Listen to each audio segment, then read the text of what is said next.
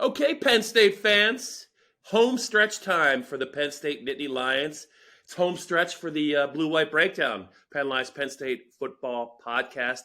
Johnny McGonigal and Bob Flounders here to talk about James Franklin's Tuesday news conference. It's Maryland week. Penn State's a prohibitive favorite after spanking Indiana, Johnny. But Penn State fans can go back 2 years, the COVID year, when Maryland was like a 25-point underdog and just completely obliterated Penn State in a game at Beaver Stadium. No fans, though. But, you know, Maryland is one of those teams, Johnny, that when they're playing well, they have the talent at key spots to really cause problems, I think.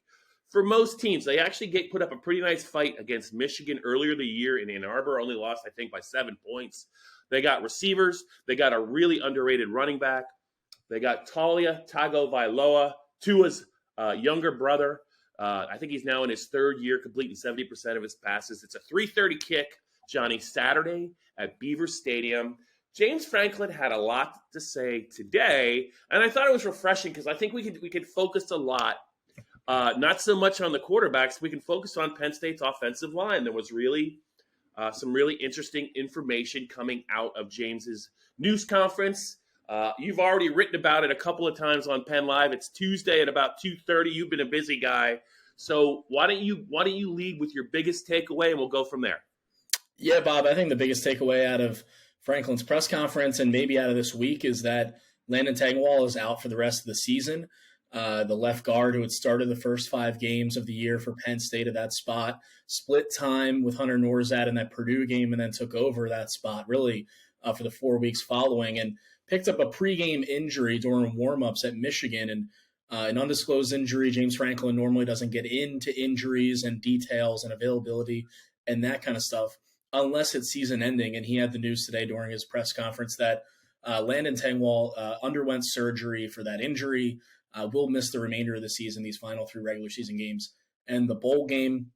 So that reshuffles the line a bit. You haven't had him in recent weeks. It's been Hunter Norzad starting at left guard, the Cornell transfer. And he announced early this morning, like he was up. He was up at like 6 a.m. Or 7 a.m. posting this on Twitter that he will be back in 2023. So that's a good thing for Penn State moving forward. And, you know, it'll be a good thing if they have him ready and available this weekend. He left for most of the game after picking up an injury on the first play of the Indiana game. A lot of moving parts on this offensive line that we'll surely talk about here, Bob, but Tengwall being out is a big one. Yeah, and just to circle back to Hunter, I have to say I'm really impressed with Hunter Norzad. James Franklin, after the Indiana game, the 45-14 win, he talked about, fans don't realize it, but Penn State's offensive line really has undergone, quite a shift since the beginning of the year. A lot of their players, and you mentioned Landon Tengwall, but a lot of their players are dealing with injuries, some of them significant, some of them, though, painful. And, it's not that easy to play through them. He said during the game, Hunter Norzad and Salim Wormley both gutted it out. They missed some time, but they gutted it out. And Penn State really needed that because of the issues they've had with Landon Tengwall, who is now out for the year. Olu Fashanu did not play against Indiana. And it's one of those situations where he's going to be week to week, according to James Franklin. Penn State's got 3 games left plus a bowl game. And also even, you and I were kind of talking about it a little bit. Caden Wallace has really kind of disappeared as Bryce Effner's played a lot, in his absence. And I wasn't quite sure if it was just the coaching staff feeling that maybe Bryce Effner was the better option or maybe there was something wrong with him. And James Franklin said he's been dealing with an injury issue he wouldn't go into. And it sounds like it's been for a little while.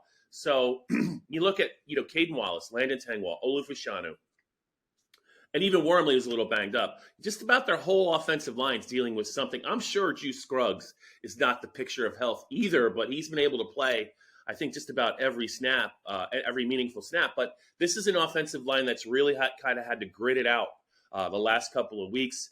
It's really weird with Tengwall getting hurt in pregame warmups before the Michigan game, but whatever it was, boy, it had to have been very, very significant for him to undergo surgery. But Johnny, it's interesting though how Penn State's coaching staff now is going to have to manage the offensive line the rest of the way because there's some young players they really like that are first-year players, and I think in a perfect world, Penn State wants to redshirt them. One of them is Drew Shelton, the left tackle. Another one is an interior player. I hope I get his name right. Vega Ione. I don't know if the E is silent or not, but he did some good things against Minnesota. It's going to be interesting to see how Penn State manages the situation, but the offensive line has, I thought, played pretty well for much of the year, and I think we have to give them credit for really playing through some issues. Yeah, and I think the guy you mentioned in there that deserves a lot of credit for that is Juice Scruggs, especially this past weekend at Indiana. That was his best game of the season, and that's at least from when I went back and rewatched it and saw what he was able to do. And then you go and you check the Pro Football Focus grades, and he was the highest graded center in college football last week. He really just controlled the line of scrimmage, and a lot of credit to him too with how reshuffled that offensive line was. You had true freshman Drew Shelton at left tackle. When Norzad went out after the first play of the game, you had J.B. Nelson, the Lackawanna transfer, at left guard. You had Sal Wormley, who was dealing with bumps and bruises all week and played through it to his right, and then Bryce Effner at right tackle. So a lot of credit goes to Juice Scruggs, Phil Troutline as well, the offensive line coach, who James Franklin lauded this week during his press conference for the job that he's done, as well as Frank Leonard, the offensive analyst, who was a very experienced guy, coach offensive lines in the past under Steve Adazio and other coaching staffs as well in college football. So it's been a good job by the offensive line to work through these issues. And you mentioned Vega, Shelton, J.B. Nelson. In an ideal world, they would like to redshirt these guys, but Franklin said on Tuesday that they're not gonna let preserving red shirts trump putting out and fielding the best offensive line possible. And so a lot of that has to do with Fashanu's availability. He's a guy that is getting a lot of first round NFL draft buzz, and so they're going to be particularly cautious with him. They don't want to mess that up. He doesn't want to mess that up. Him and his family has had a conversation with James Franklin about what they want to do moving forward. And so we'll see when and if we see him back on the field for Penn State. And then Caden Wallace as well. James Franklin said he's hopeful to get him back this week. And if he is, maybe you slot him on the right side, move Effner to the left side at tackle, and then you're able to, keep Shelton from playing. But, they might be forced, their hand might be forced here in terms of the younger guys and burning that red shirt. And so we'll just have to keep an eye on what what they'll do moving forward. But to this point, it's been a pretty good job. I mean, the Michigan game, they got overrun in all facets, but even from a pass protection standpoint, I was impressed with what they did against Minnesota and Ohio State. And not on the right side with what JT Tuimoloau was doing for the Buckeyes, but on the left side, Fashanu was really good, and at Indiana, it was an overall good performance. Yeah, and Norzad, another reason why I wanted to mention him is there's been numerous games this year where you could tell he's been kind of knocked down, but he got back up. He might have missed a couple of series, but he always tried to go. He always re-entered the game. James Franklin talks about the fact he can play center if need be. He can play both guard spots, and he's a guy that you could tell, watching from the press box, he's been in pain. You watch him on the sideline, he comes out, it looks like he's not going to get up. They're checking his knee, right? It looks like maybe it's going to be something serious. He kind of hobbles off, but the next thing you know it, in a couple of series, he's back in there, whether it's to give them some other options, to give another guy, a rest. But he strikes me as a very, very hard-nosed kid who does not want to let his teammates down. He always gets up, even when he's been kind of knocked down or gotten hurt. And I think there's a lot of value in that. James did single him out. And to your point about Scruggs, you mentioned it on your rewatch. It looks to me, Johnny, in that game, Indiana's defense left him uncovered a lot. And what I really noticed about Juice was he got to the second level quickly, and when he did, he was really delivering some blows in the run game. Just a really good athlete. People forget that he didn't really play much center last year. He was really a right guard, so it took him a little while, I think, to settle in at a very challenging position. Right, center is not only about the physical play and dealing with defensive tackles that might actually outweigh you, but getting the protections correct and making sure everyone's he's kind of the quarterback of the offensive line. So I think that's really not an easy job to just kind of right away get a grasp of. But I think as the years gone on, he's really looks a lot more comfortable, and it's been fun watching him play. It was really fun watching him do damage to that Indiana defense. But yeah, it's been Penn State's offensive line now has a chance to really gather some momentum, I think, these last couple of weeks. I don't think they're going to play any defenses that are by any means intimidating. You got Maryland. They got some good players, obviously. They go to Rutgers. They close it out against Michigan State. So Penn State is poised, I think, to go on a nice little 4-game winning streak if they execute and don't turn the ball over, get to 10-2, and then who knows where Penn State could end up in the postseason. For sure. And just another thing on Scruggs, too. We were talking to Sean Clifford after the game in Bloomington, and I asked him about Juice, and he kept saying how much of a leader he is, how much Sean and everyone in the room looks up to Juice Scruggs from a leadership standpoint, from just setting the tone on that offensive line. And what's really nice, too, is, you have this nice runway, these final 3 regular season games against defenses that they should be able to control the line of scrimmage, control the trenches, and then who knows what happens in a bowl game, who they face. Going into 2023, Scruggs has eligibility. Sal Wormley has eligibility. Effner. I mean, really, this entire offensive line, you might lose Olufashanu to the draft, but maybe Landon Tengwall, who has experience in the past playing tackle, can bump out to the left side. And you like what you've seen from Norzad and his announcement, of course, that he's coming back next season, that he could start at left guard. And so you have a veteran, senior-laden offensive line potentially next year, as long as these guys stay healthy. And even if they don't, you have a lot of young guys who have been able to play so far this year, and you're building that depth. That's huge for Drew Aller, who would be a first-year starting quarterback. That's big for Nick Singleton and Katron Allen and their development as running backs, and this running game as a whole, taking that momentum from this season into next season. James Franklin, I'm sure, wants to focus on these next 3 games in the bowl game, and that's what we're here to talk about. But at the same time, too, these are good steps and good things to see. When it comes from an offensive line standpoint, that has been an issue under James Franklin in his 9-year tenure. In the previous 8 seasons, it's just been a constant issue, a constant question mark. They came into this season with it being a question mark. And for the most part, again, like the Ohio State game, there were some issues there. Michigan, there was a lot of issues there. Yeah. But on the whole, I think that they've done a pretty good job, and they should feel pretty good about where they're heading in the future. It's the Blue-White Breakdown. Bob Flounders, Johnny McGonigal.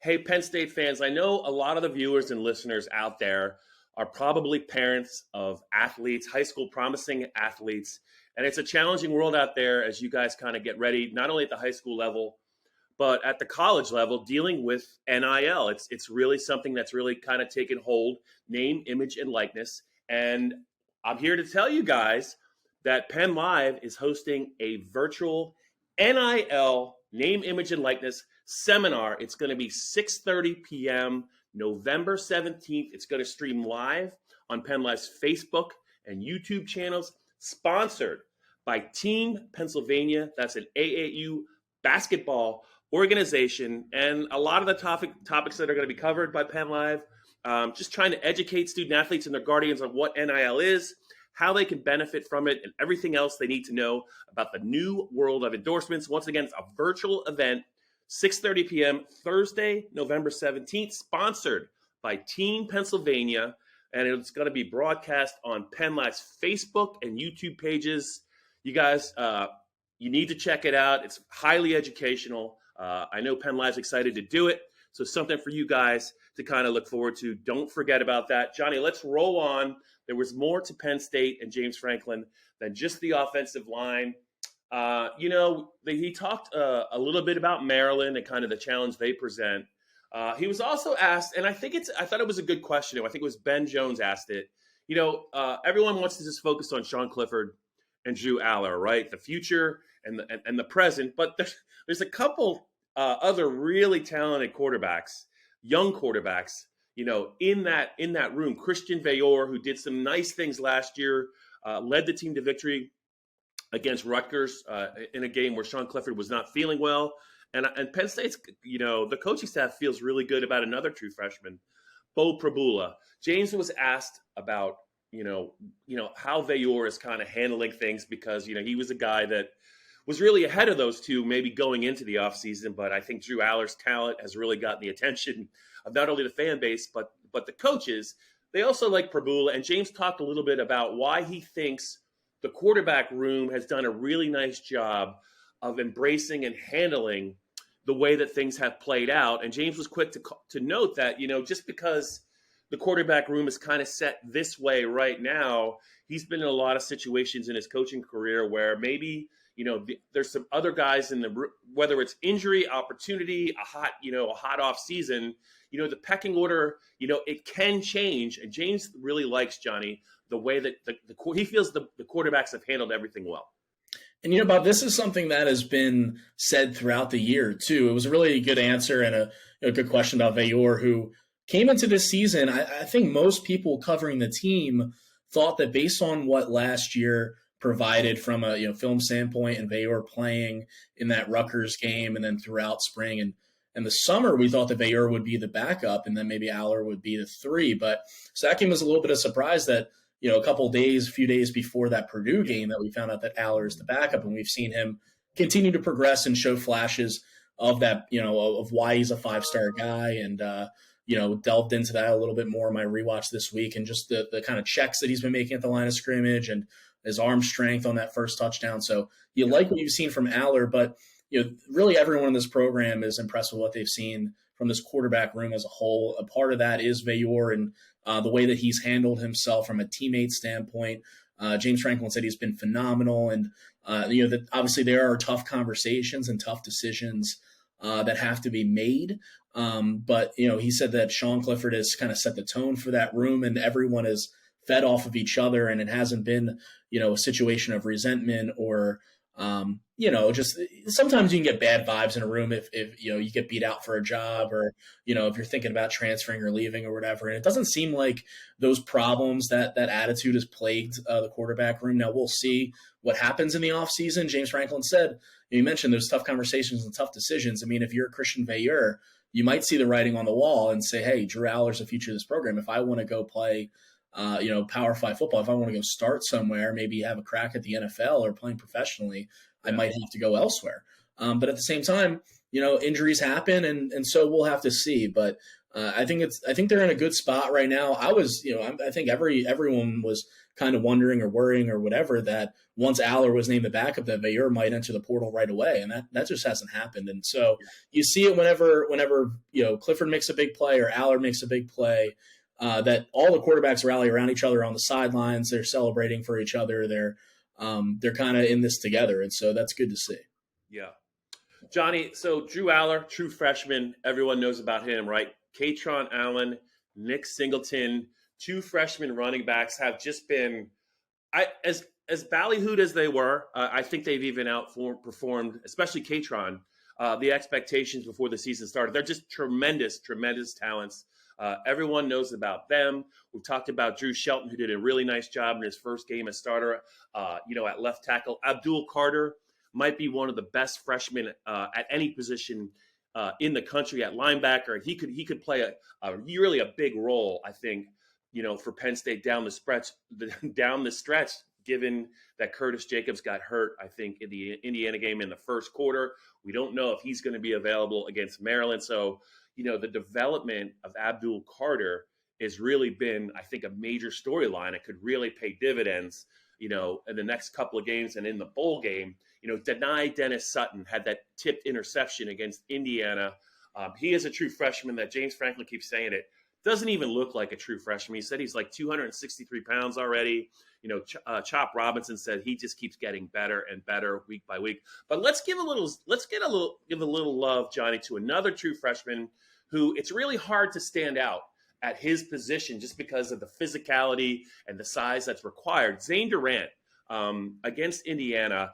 This is a guy that James Franklin has talked about way back in the winter and in the spring about a guy that they identified him right away as a guy that was going to help him in the fall. You hear that in the spring. You're like, well, we'll see. But he has been a rotation guy. He has shown flashes of his ability at times. He had a couple of really nice moments, I thought, against Indiana. Zane Durant, what have you seen from him this year? James singled him out again, I think, after the game as a guy that, hey, they remain very excited about. PJ Mustipher is winding down his career. They're going to need some players to step up, at defensive tackle beginning in 2023. I think Zane Durant really, to be able to do this as a true freshman, I think he's got a really big future ahead at Penn State.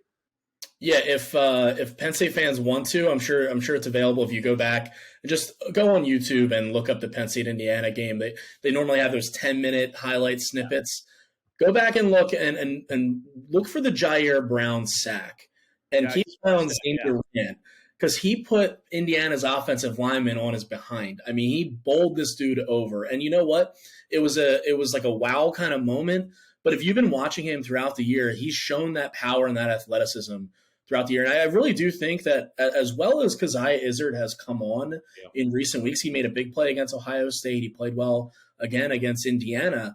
I think him not playing in those first few games this season, that opened the door for Zane Durant to play early. And I really think that helped. I mean, when you talk about early experience for true freshmen and not just early experience against in like the fourth quarter against Ohio or Central Michigan, but, taking first half reps against Power 5 teams like Auburn and Purdue, I mean, those are invaluable for a true freshman, especially at that position. So I ended up asking James Franklin after the game about developing depth in terms of the true freshman, because that was something that the last time he was in the state of Indiana after the Purdue game, he said that we are determined to develop depth. And that's what they've really done across the board with this 2022 freshman class.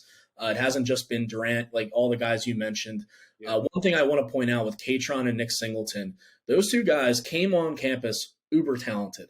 And I've just been continually impressed with how they've developed throughout the year. We saw Nick Singleton's home run hitting ability against Ohio and Auburn, but he's gotten better about putting his head down and getting tough yards in between the tackles. Katron Allen has always kind of been like that, but it feels like he's bouncing off tackles even more.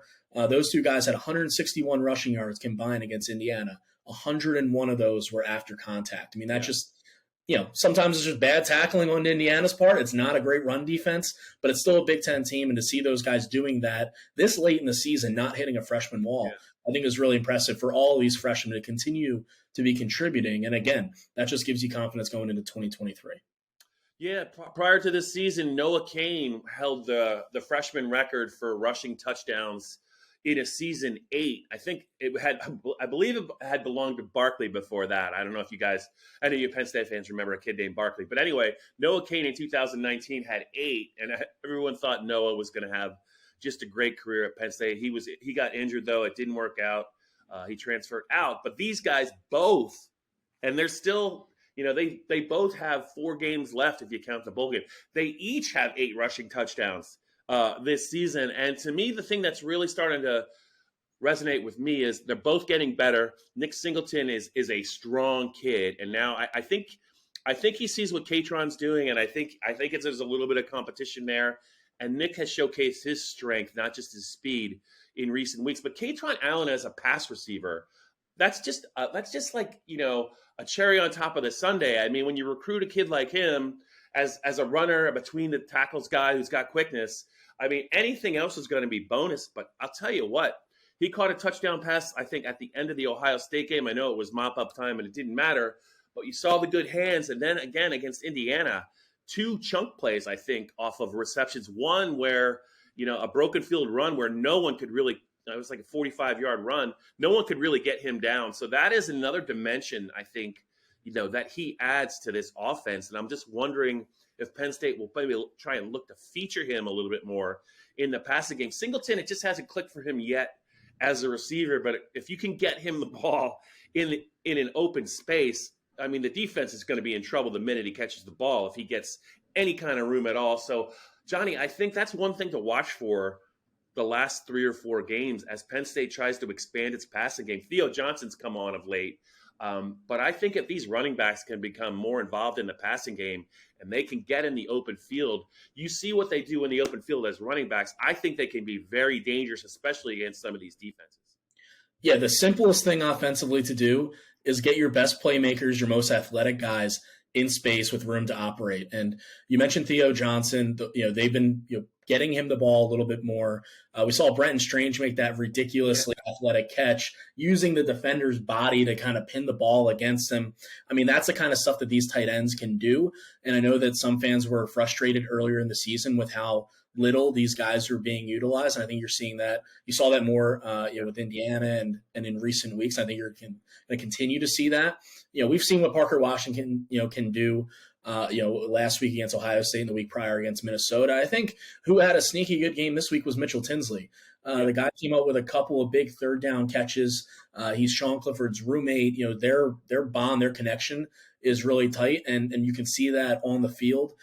He made a couple of big catches there. The 27-yarder which was kind of a bad throw by Sean. It was kind of behind, but the way that he worked back to it and still came down with it, I think was a really nice play. And so you've got those two receivers who, Mitchell is out of eligibility. He won't be here next year. Parker Washington might leave for the NFL draft. So you're thinking like, all right, who could maybe step up? I think it was a nice moment for Harrison Wallace to get his first career touchdown against Indiana, that bullet of a pass by Drew Aller, these tight ends as well. And again, these running backs, if you're able to get them out in open space in the passing game, Katron is both these guys are hard to bring down. Katron is so difficult to bring down. I mean, that one rushing touchdown that he had, it looked like it was almost like a Le'Veon Bell situation where he got the handoff, he evaded a defender, went left, stiff arm, ran through a dude into the end zone for an 8 or 9 yard score. And it's like, what are you supposed to do? Especially as a defensive back, if he gets into the second level, at that point, it's over. So, these guys are uber athletic, uber talented. Just get them the ball, and good things will happen. Yeah, and you mentioned the future, because that's always what kind of Penn State fans want to know about. And, what would happen? Tinsley's going to have to move on. There's a really good chance Parker, after 3 years, might decide to take a look at the NFL as well. Well, one of the developmental or one of the scout team players of the week was Caden Saunders, the true freshman wide receiver. Johnny, I think in another year we probably would be seeing a lot more of Caden Saunders in the Penn State offense, but they really like Mitchell. Obviously, they really like Parker. You mentioned Wallace. Keandre Lambert-Smith has showed off his athleticism on his 2 touchdowns, kind of running after the catch. They like him as well. And you mentioned the tight ends. There's just not, if you're Penn State, it just makes sense. Maybe I think they really like Caden Saunders, but is it really worth it to him playing like 4 or 5 more than 4 games? And the opportunities just maybe aren't there for him, but he's a receiver that could easily hit the ground running next year and become an impact player at wide receiver. But yeah, he's another guy I think to watch for. But Johnny, as we wrap up this blue-white breakdown, anything else? Number one, anything else strike you from James's Tuesday presser? And is there anything else you're looking forward to this week in terms of the Penn State-Maryland matchup, 3:30 Saturday at Beaver Stadium? Yeah, nothing from Franklin's presser. Just one added thing on the wide receivers. 2 other guys just to mention. Amari Evans, true freshman, burned his red shirt. I think he ranks 5th on the team in terms of wide receiver snaps this year. He's been playing a lot for them. Yeah. Liam Clifford had a few catches at Indiana, and so he's seemingly built a nice little rapport there with Drew Aller. So those are even 2 other guys to keep an eye on. These, this team has a lot of weapons going forward, whether that's in the next 3 games and the bowl game or looking into next season. But yeah, I'm looking forward to this Maryland game. I think offensively, the Terrapins give Penn State, could give them the biggest problems in terms of these next 3 games. That's not saying much. Yeah. Rutgers' offense is pretty bad. Michigan State, even though they pulled out that win against Illinois, is still kind of all over the place, out of sorts after they had a really nice season last year. They don't have Kenneth Walker running for them this year, Bob. So, this is a situation, though, after Penn State's defense had 6 sacks and 16 tackles for loss. A lot of that damage done along the front 4. Yeah. They weren't blitzing as much late. I mean, they were blitzing Jack Tuttle quite a bit, but at some point they just started to let their front 4 go to work. Guys like Adisa Isaac and Chop Robinson off the edge. And so even Nick Tarburton getting in on the action. Like these guys across the board, they were all named the Defensive Player of the Week by James Franklin. So if they're able to kind of feast against Maryland and get Talia, flustered and get him down on the ground, I think Penn State will come out with another win. Yeah. Talia's had some moments against Penn State. I mentioned the 2020 game where they just kind of blitzed him early. Raheem Jarrett had 2 long touchdown catches, I think, in the first quarter. Penn State looked a little flat-footed. I think it was the game after the Ohio State loss, which was right after the Indiana loss. And I think Penn State had kind of dominated Maryland for a while, and I think they kind of got surprised. But that was, that's when I knew that the other Tagovailoa is going to be a really good player. He's got some good receivers. They're a capable team. Penn State was able to kind of handle them last year. Jair Brown actually had a really long interception return for a touchdown to seal it in the fourth quarter. I think it was like 31-14. But yeah, this is a game I think that Penn State's going to have to play well, because this is a game that Maryland always points to. Like, it doesn't always work for them when they're at home, but there's been times since James Franklin's been at Penn State where Maryland has played them pretty tough. I think in 2014 they beat them 20-19. That was James's first year. They beat him in 2020. So this will be an interesting game. I think if you don't discourage Maryland early in this game, I think they're going to hang around, I think, for a long time. Mike Loxley has done really well recruiting, building up that talent base. They have a very accurate passer, and if you protect him, I think he will get the ball to some receivers in space who can really run. They did play Michigan awfully tough in Ann Arbor, so we'll see. I think this is one of the more interesting games left on Penn State's schedule. 3:30 kickoff, Johnny. I know you're looking forward to it. I also know you're looking forward to seeing your Eagles come out and play. I think they got the Redskins at home. I know the Phillies didn't work out for you. It was a heck of a run for them, but you still got the unbeaten Eagles. You got Penn State going for 8-2. There's a lot to look forward for. There's a lot for you to look forward to this weekend. Yeah, the Phillies, we were, peek behind the curtain here for the listeners and all that. We're wrapping up in Bloomington, and Joe Hermit, our photographer, is also a huge Phillies fan. And we're driving back to our hotel in Indianapolis where we're flying in and out of, and listening to the radio call and hearing, the sadness in Tom McCarthy's voice, who was filling in for Scott Fransky on the call briefly for that inning, hearing his just despondence over Yordan Alvarez's home run it was felt across throughout that car. It was brutal, but it was a super fun run. Yep. And now we just focus on the Birds, and these final 3 games regular season wise for Penn State. They're able to finish 10-2. We talked a little off air about possible bowl destinations. We're looking at the Orange Bowl. If Michigan and Ohio State both make the playoff, which is unlikely, the Rose Bowl is in play technically, but Orange Bowl, Cotton Bowl. If they lose one of these, maybe the Citrus Bowl. Still some good destinations on the board, Bob, and I'm interested to see how this all shakes out. Go Birds! Go Birds!